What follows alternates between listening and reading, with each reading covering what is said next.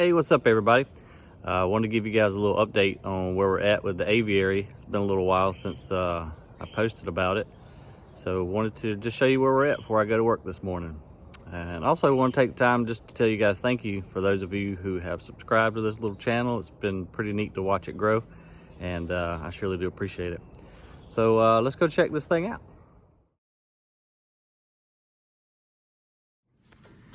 And I thought we'd come in real quick and just see the guys that are gonna be the lucky tenants of the new aviary. This is Miss Scarlett.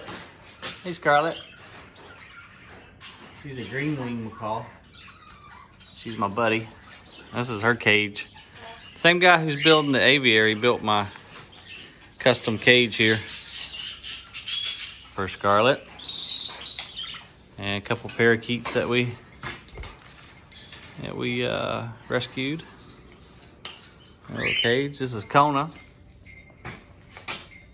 He's a Catalina macaw, and I'm sure he's gonna love it out there too.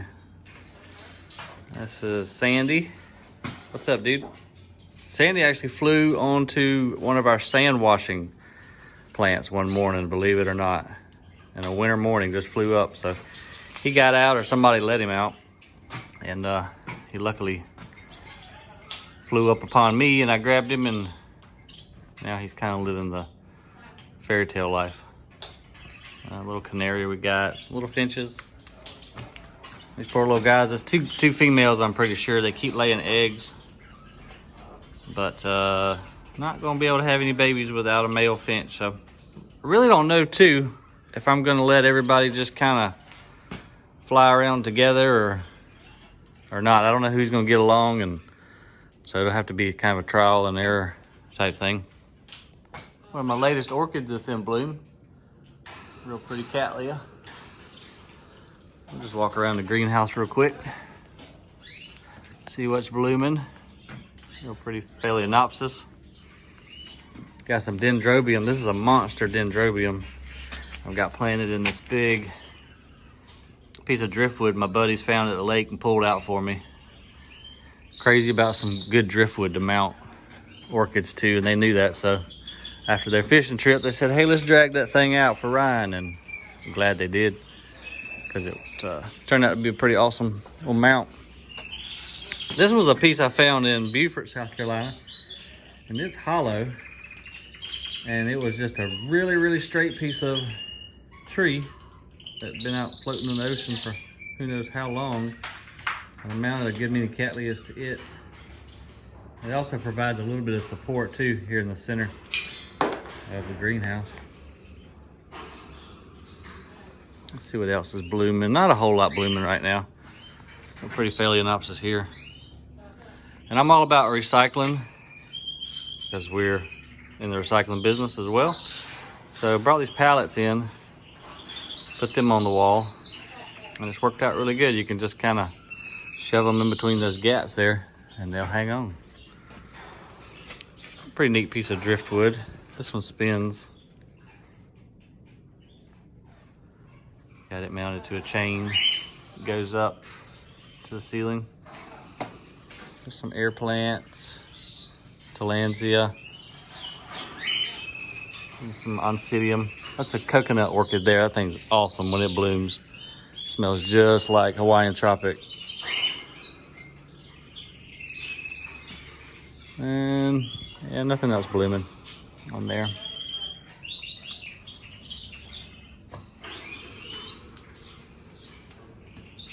There's another fowl.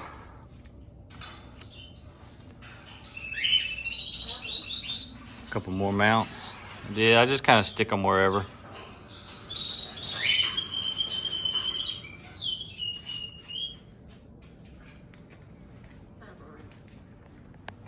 Burmeliad's kind of falling down on the job there.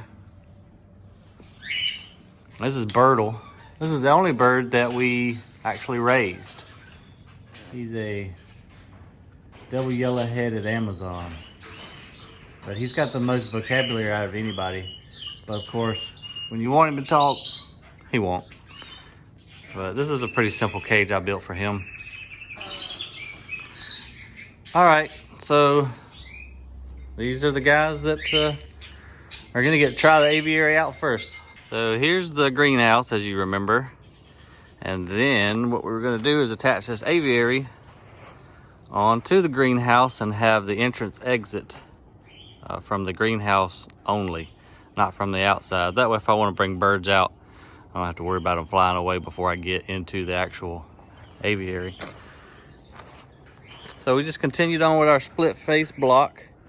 As you can see there, I did 3 high all around the perimeter. I'm gonna try not to blind you guys with the sun, but it's coming through pretty strong. So let me walk around to this side. You can see a little bit better. So we came in and poured our pad. It's 4 inches thick. You can see they cut some expansion joints in for the heating and cooling of the concrete. And then I took some old nursery pots, I think like some 3-gallon, and I just stuck them in before we poured the concrete. Then when it set up just a little bit, we snatched those pots out, leaving us some cool little holes there where we could plant our trees. These are all either citrus or ginkgo, which are safe to birds. And as they grow up, hopefully they'll get nice and tall and give the birds a natural or more natural environment. I just got some of their perches out here in one cage. I've been bringing them out from time to time just to kind of get used to it.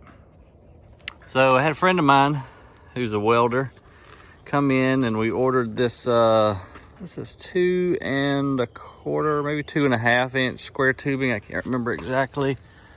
Yeah, it looks like 2 inch square tubing.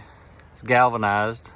And so the big thing I've learned on this project, and talked to a bunch of people about it, everybody says don't use galvanized, don't use galvanized. You got to use stainless, or something else like that, because if the birds chew on the galvanized, it can be toxic. And I do believe that is true. However, I've learned and talked to a good many people that are growing, and they say if you spray it with a mixture of vinegar water, and I don't remember the percentages, but that vinegar will neutralize the toxins. And so I know I've got a breeder friend that's all he grows or raises in is galvanized. And he's been doing it for many, many years, more than I've been alive. So he's never had any issue. So I'm going to trust that. Anyhow, came in with the 2 inch, put a skirt all the way around, and going back to the greenhouse over there. See there, we just butted right up to it. And to hold it really, really good in place, my buddy had the idea of tacking on these legs that go down into the cement wall. And so when we fill these holes up with cement, this thing ain't going nowhere. It's going to be crazy sturdy.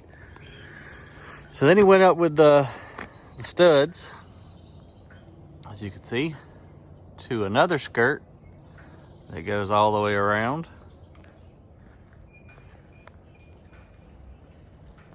And so from there, we will come off of all those 4 corners and go up to the center to form our peak.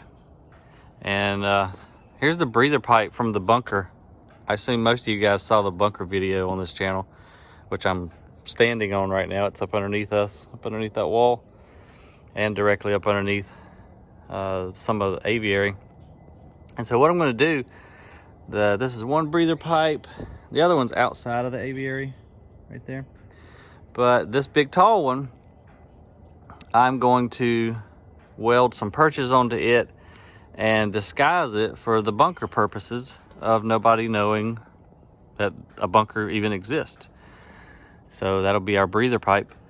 And the reason that one is taller than the other, I can't remember if I explained this in the video or not, but just that little variation in pressure will cause just a little natural airflow, just to keep some fresh oxygen coming down to the bunker. I will tell you all about one mistake I made. You can see that 1 inch slab of concrete right there, where I screwed up. Thought I was doing good, but didn't think ahead enough. So the door is going to come in right there. I'm going to blow that window out, cut the block, and frame in a storm door. That'll be the entry and exit into the aviary. But I said, well, hey, let's drop this floor down 1 inch. That way, if we do have, you know, super heavy rain or what have you, we won't have to worry about water going back into the greenhouse. Well, everybody said, yeah, that's a great idea. And it kind of was, until you go around here and you try to match up the greenhouse wall, of course, and the sprinklers would be on right now. I'll go around to the other side. So when you try to match up to the existing wall, you got a 1 inch gap there. So we had to fill that in. There's just a little plant nursery I got too, just a bunch of different Jap maples in our front yard. And there's my metal home, which I might do a video on too. We took just an old pole barn and turned it into our home. Pretty neat project. Anyway, I'm getting off subject. So you can see when we went to pour the, well, not when we went to pour, but when we went to lay the block, if I laid it on the concrete that we poured, I would have been 1 inch lower. So I had to build or pour these little 1 inch slabs, which we did up there at the cement block yard because we make retaining wall block. So I just poured some of these little steppers to go around the perimeter to make up for that difference. And then our grout lines matched up between the old and the new. So anyway, just a little screw up there. Learn from my mistakes. They're cheaper than learning from your own. I'm excited about this project. I can't wait to bring the birds out here, let them fly around like they're supposed to, and get a little exercise, and I think it'll be great for them.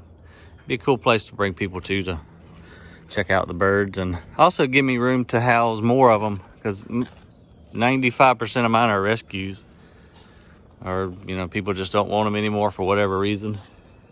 So we'll have a lot more space to put them. So pretty lucky birds in my opinion. So anyway, there's the update. And oh, let me show you the wire. It just came in the other day. I got this out of Florida. Fella down there, and a lot of my bird friends use him, and he validated the galvanized deal I was telling you about. This is galvanized after welding. So they weld it, and then they come in and galvanize it. I have seen a lot of wire, like on hog wire and stuff. See how close I can get. Oh yeah. On hog wire, you know, they'll galvanize it prior and then weld it, and then you have a big spot there that doesn't have much galvanization, if that's the word, to it, and it'll rust right there at those connections. So I got I forget how many rolls, 6 I think. Yeah, there's like 6 rolls. And this is the spacing that everybody recommended to me. This is 1/2 inch by 3, and so the birds can't get their feet out, so their feet don't get hung up. And I forget what, let's see, go around to this side. Okay, so this is, yep, 1/2 inch by 3, 12.5 gauge, 50 feet long. And these are 5 foot, yeah, 5 foot rolls. So I did a lot of research on this darn wire, because, you know, certainly didn't want to do all this work, bring the birds out, and then they eat metal and die. So I did a ton of research on the covering. And you could definitely go with you know, a stainless or something, but it'd be crazy expensive. And you know, I've seen a lot of people use chain link, but I've heard some horror stories about birds getting their feet caught up in the chain link fence. And plus, you know, raccoons and stuff will, you know, might try to get them, and they're gonna have a real hard time getting their hand in and out of that 1/2 inch stuff. So there you go, guys. Thanks for watching. Really appreciate it. And we'll have the finished project hopefully in another, I'm gonna say 2 to 3 weeks for you. I'll make sure we'll post that just as soon as we get done so you can see it. So, all right, thanks y'all. Have a great day. Appreciate you.